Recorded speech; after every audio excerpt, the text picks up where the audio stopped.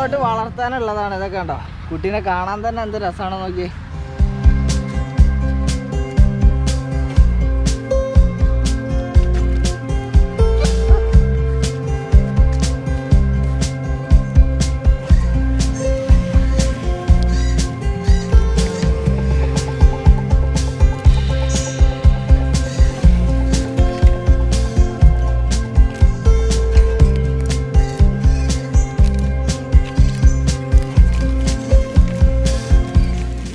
Hi guys, ഞാൻ കമാൽ ചളാരി. എല്ലാവർക്കും village ലൈഫിൻ്റെ പുതിയൊരു വീഡിയോയിലോട്ട് സ്വാഗതം. അപ്പോൾ ഫ്രണ്ട്സ്, ഇപ്പം നമ്മളുള്ളത് മലപ്പുറം കുമ്മണിപ്പറമ്പ് എന്ന് പറയുന്ന സ്ഥലത്ത് ഒരുപാട് ആടുകളുള്ള അഹമ്മദ് കുട്ടിക്കൻ്റെ കൂടെയാണ്.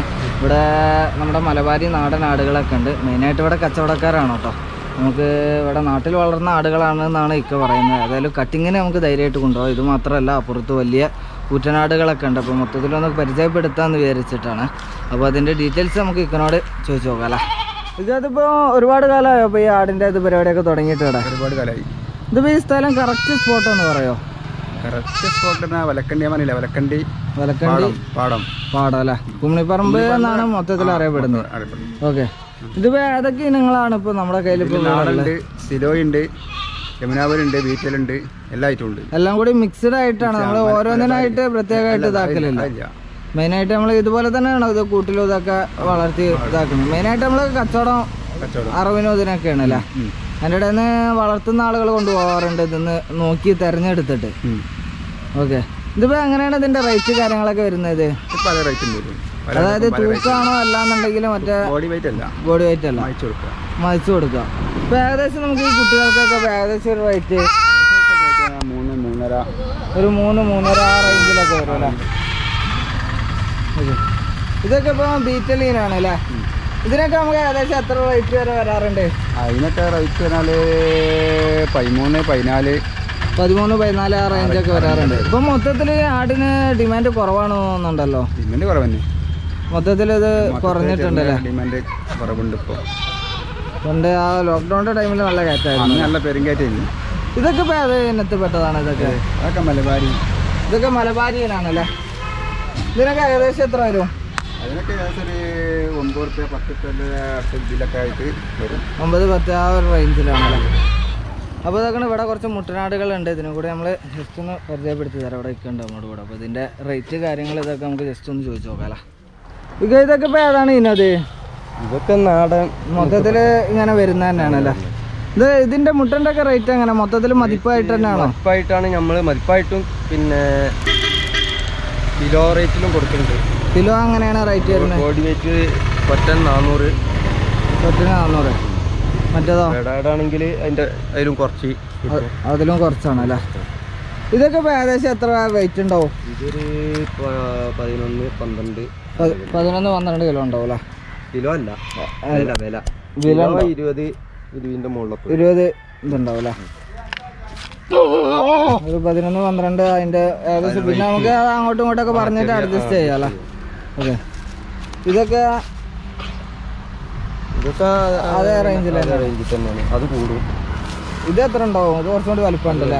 അതൊരു 15 രൂപ, ഒരു 15 രൂപയൊക്കെ റേറ്റ് വരും അല്ലേ. ഇതിപ്പോൾ ഏതാണ്? നാടൻ ഒക്കെ അങ്ങനെ വരുന്നതാണ്. നമുക്ക് ഇങ്ങനെ നോക്കിയിട്ട് പിന്നെ കാര്യമില്ല. മെയിനായിട്ട് ഇവിടെ അറിവിന് തന്നെയാണല്ലോ അറിവിന് സാധനം കൊടുക്കുന്നുണ്ട്. പിന്നെ ഹക്കീക്കത്തിൻ്റെ പരിപാടിക്കൊക്കെ കൊടുക്കുന്നുണ്ട്. ഈ ആടുകളല്ലാതെ വേറെ എന്തെങ്കിലും പരിപാടി ഉണ്ടോ ഇതിൻ്റെ കൂടെ? വേറെ ഇല്ല, ഈ കുട്ടന് കുട്ടികളൊക്കെ ഉണ്ട്. ഇപ്പം മൊത്തത്തിൽ പിന്നെ ഒന്ന് മാർക്കറ്റ് കുറച്ച് കുറഞ്ഞു തോന്നുന്നുണ്ടല്ലേ ചെറിയ കുറവുണ്ട് ആടുകൾക്ക്. പിന്നെ ഈ ചെറിയ ടൈപ്പൊക്കെ ഏതായോ? അതൊക്കെ 7 രൂപ ആ റേഞ്ചിലല്ലേ. ഇതൊക്കെ ഇപ്പോൾ എത്ര കിലോ വെയിറ്റ് ഉണ്ടാവും? അത് ഒരു 12 ആ റേഞ്ചിലാണല്ലേ. പിന്നെ ഇതിങ്ങനെ സാധനം ഇടക്കിടക്ക് ഇങ്ങനെ മാറി വന്നുകൊണ്ടേയിരിക്കുന്നതല്ലേ. ഞാനിങ്ങനെ വരും മൊത്തത്തിൽ ഇങ്ങനെ ഇക്കൊള്ളണമെന്നില്ല. അടുത്ത ടൈം വന്ന് നോക്കും.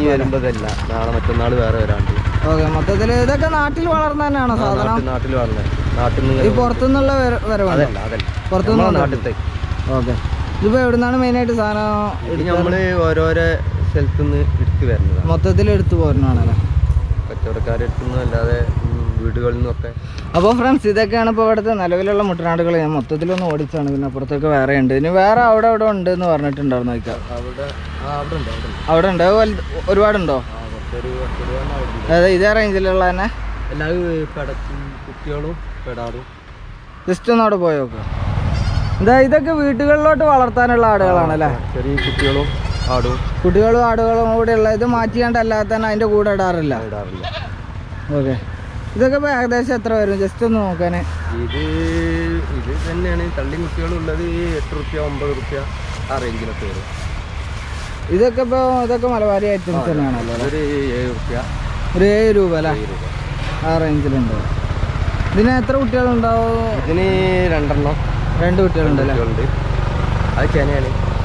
ഇത് ചെന ആടാണ്. ഈ ചെനാടിനൊക്കെ ഏകദേശം എത്ര വരും? ആ ആടിനൊരു 4 റുപ്യ 4 രൂപ അല്ലേ? പിന്നെ ഇതൊക്കെ പിന്നെ മൊത്തത്തിൽ ഒരേ റേഞ്ചിലുള്ള ആടുകളാണല്ലേ?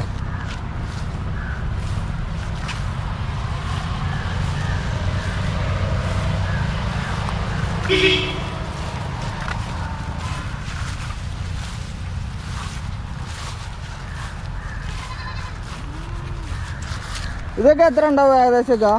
അതൊരു 11 കിലോ. 11 ഇറച്ചിക്കല്ലേ?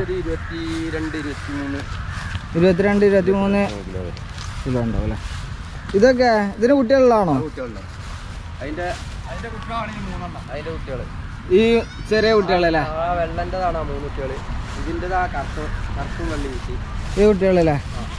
ഇതിപ്പോ എത്ര ദിവസം അധികം പ്രായമില്ലാവുന്നുണ്ടല്ലേ? ഒരാഴ്ച പ്രായമുള്ളൂ. കുറച്ച് ക്വാളിറ്റി ഉള്ള കുട്ടികൾ വേണമെന്നുണ്ടല്ലേ? അതെ കളറ് ഭയങ്കര. ഇവന്റെ അല്ലേ വലുത്? ഏത് ഈ ഒരൊറ്റ കുട്ടി? പിന്നെ ഇതിന്റെ അല്ലേ? ഈ വെള്ളന്റെ കേട്ടോ.